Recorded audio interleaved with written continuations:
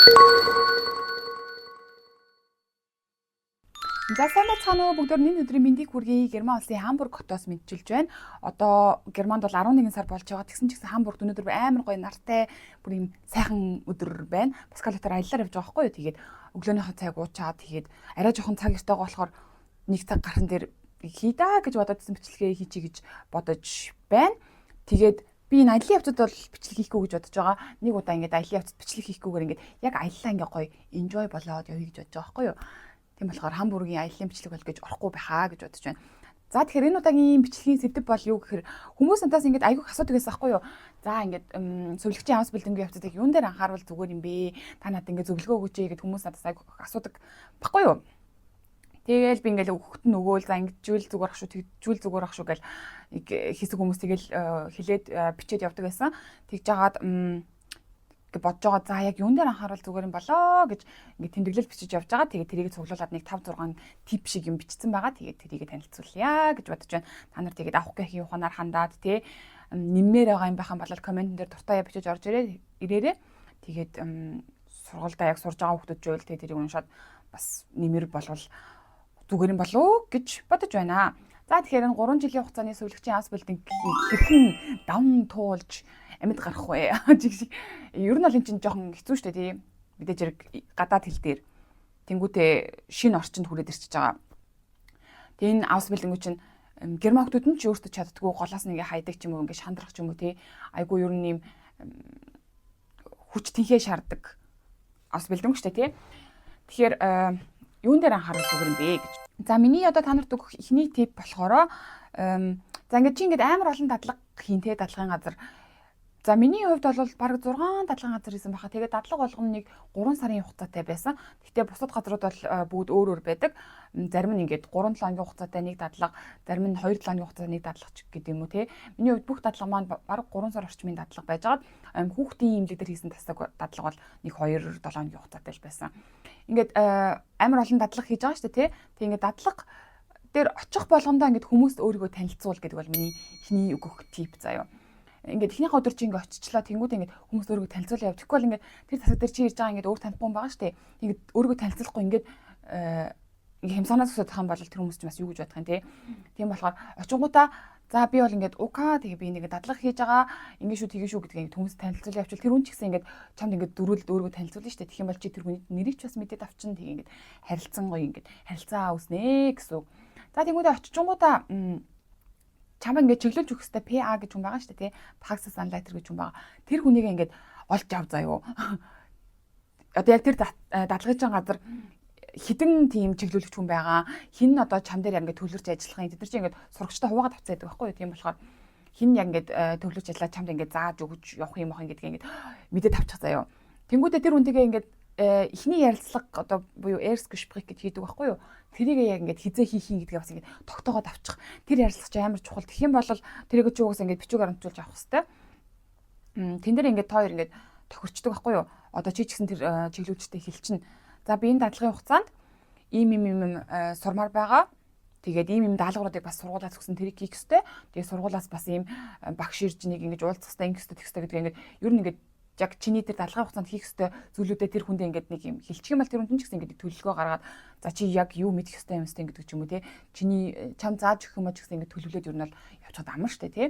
Тэгээд дадлага эхлэхээс өмнө нэг юм уу 2-7 хоногийн өмнө тэр тасаг руугаа залгаад тий утасны дугаарыг интернетээс олоод ч юм уу хэрэг байхгүй бол багш магшнаас асуугаад ч юм уу ер нь бол интернетээс олдчихно л доо. Өөрийнхөө юуг асуу. Яаж ажиллах юм эхний өдрөө яаж ажиллах юм гэдгийг асуу заяо. Залгаад за би би танад тэднээс өдрөөс эхэлж дадлага эхэлнэ.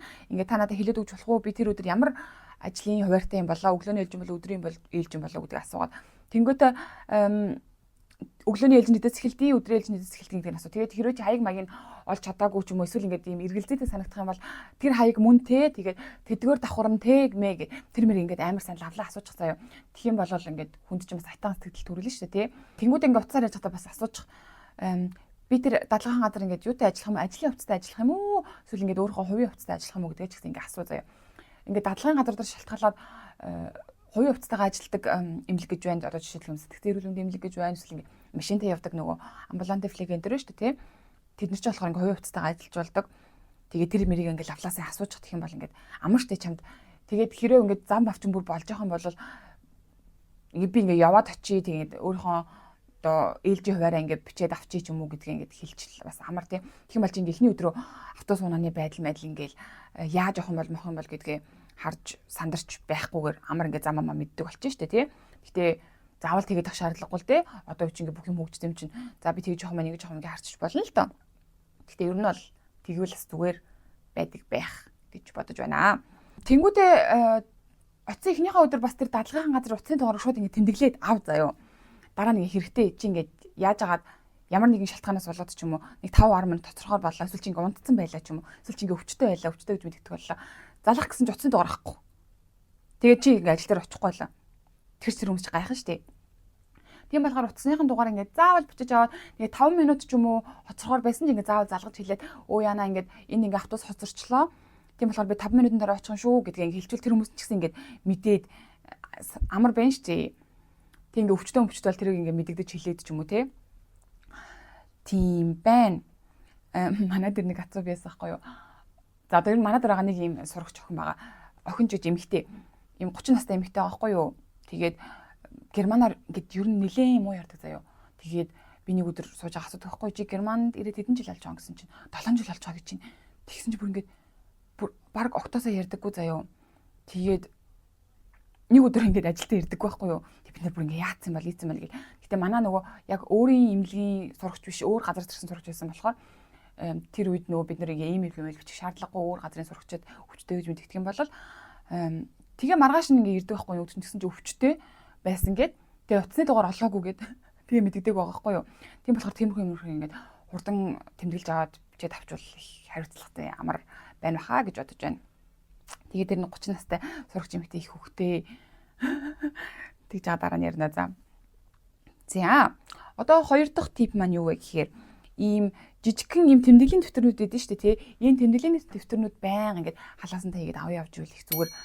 Би болохоор тийм дэвтэртэй явдаг байж байгаа сүүл рүүгээ юу яадаг болсон.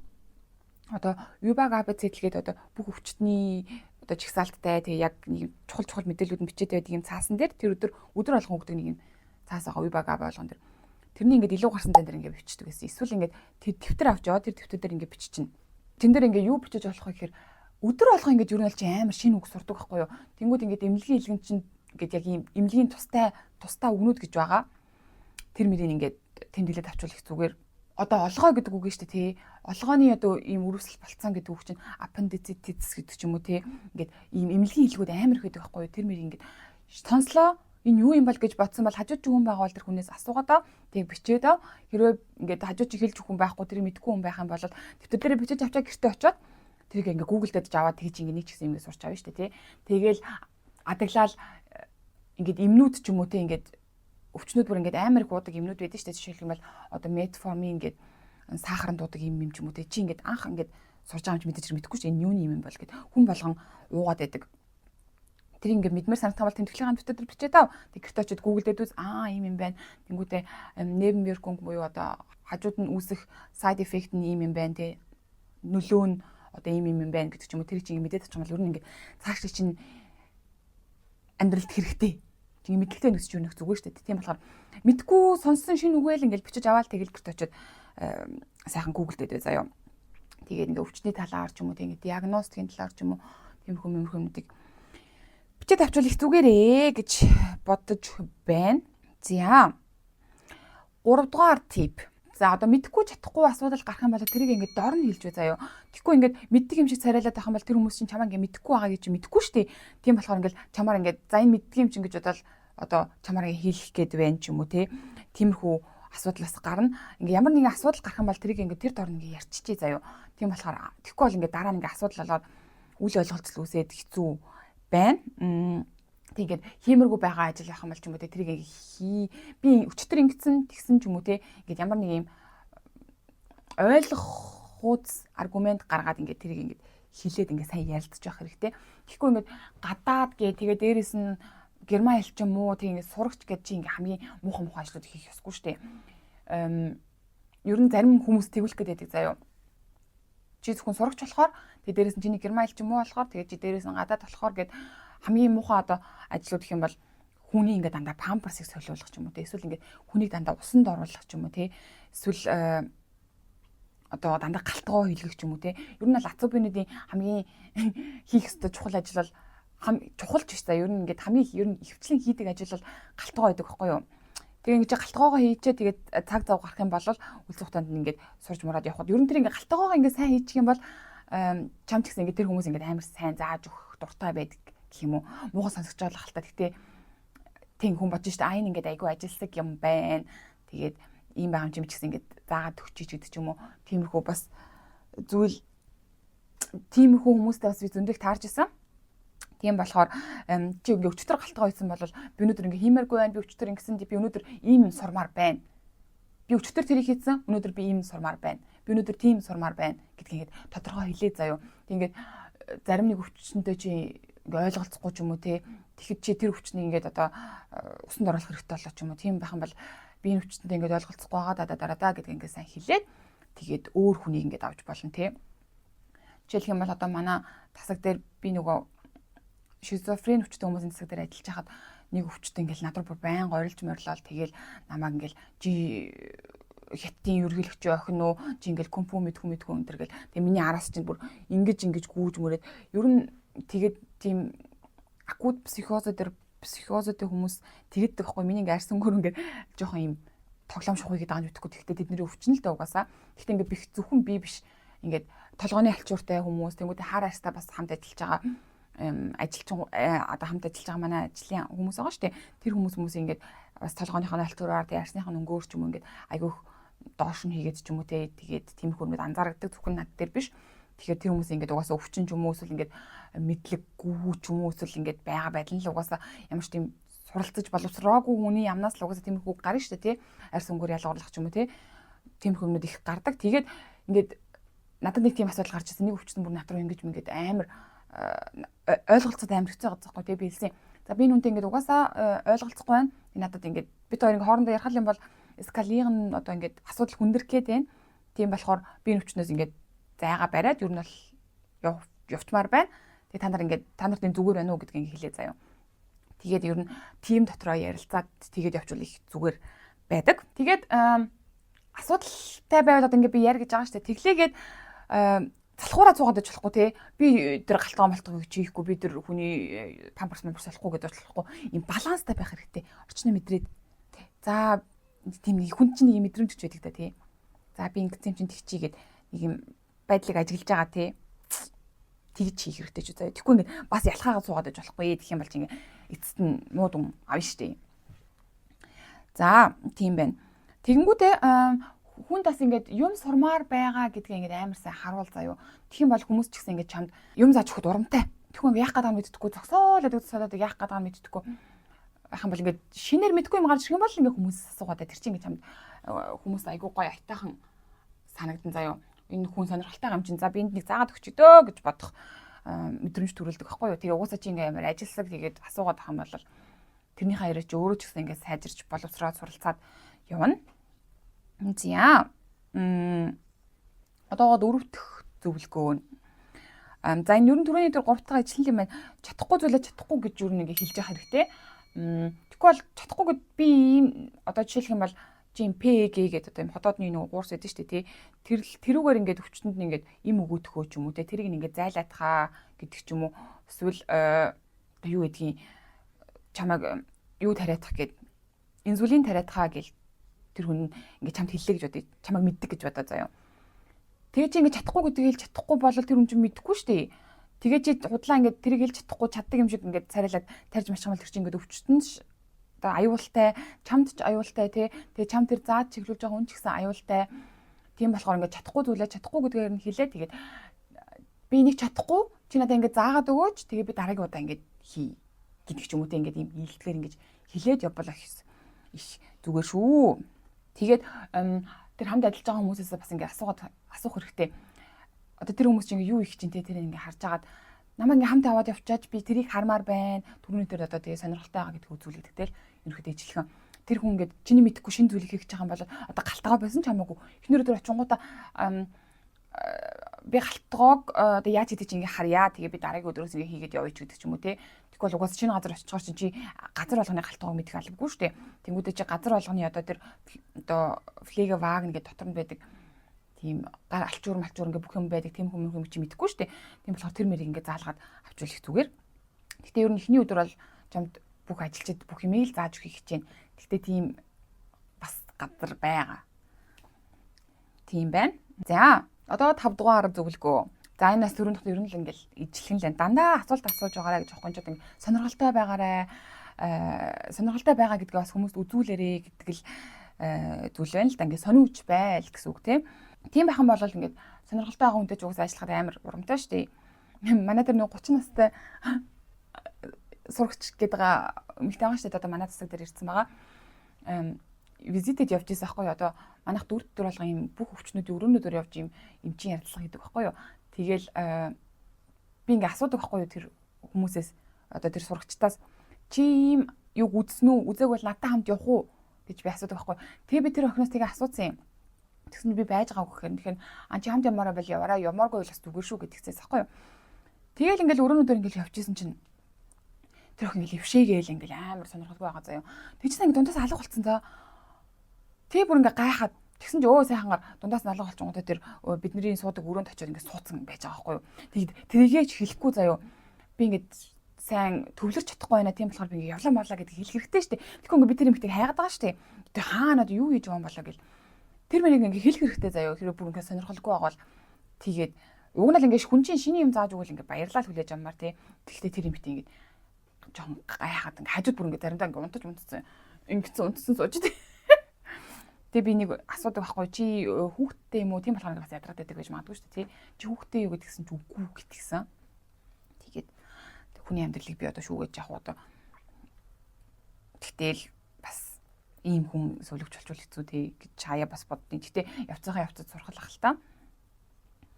За тийм байна. Надаас бас ингээд одоо тэр тасаг дээр байгаа сурагч нар ингээд юм асуувал тэгээ тэрийг би ингээд мэддэг байвал мэдгүйсэн ч гэсэн хамаагүй тэрийг ингээд хамтдаа мэдэж болоод ингээд мэдэж авбал ингээд надаас асуусан асуултанд би ингээд хариуж өгвөл надаас ингээд айгуу гоё яадаг заяа.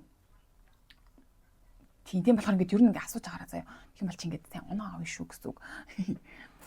Тэгтээ ингээд амар ядаргаатай байнга л завгүй хатан чи асуугаад л ингээд нервтэй дэж болохгүй бас ингээд балансаа мэдрээд асуух хэрэгтэй шүү нээс та.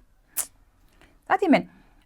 За 6 дугаар дэх зөвлөгөө нь болохоор эмэгтэй байх хэрэгтэй. Энэ дээр юу хэлж байгаа вэ гэхээр бичиг баримтуудын хувьд хэлж байгаа. Нэг дадлага дээр очивол чи ингээд баахан цаасанд бүглэх хэрэгтэй заяа. Эхний ярилцлага, дундын ярилцлага, сүүлийн ярилцлага, тэнгуүтээ одоо чиглүүлэгчийн чам зааж өгсөн зүйлийн цаг гэж байгаа. Тэнгуүтээ чиний яаж ажилласнаа бүртгэх юм цаг гэж байгаа.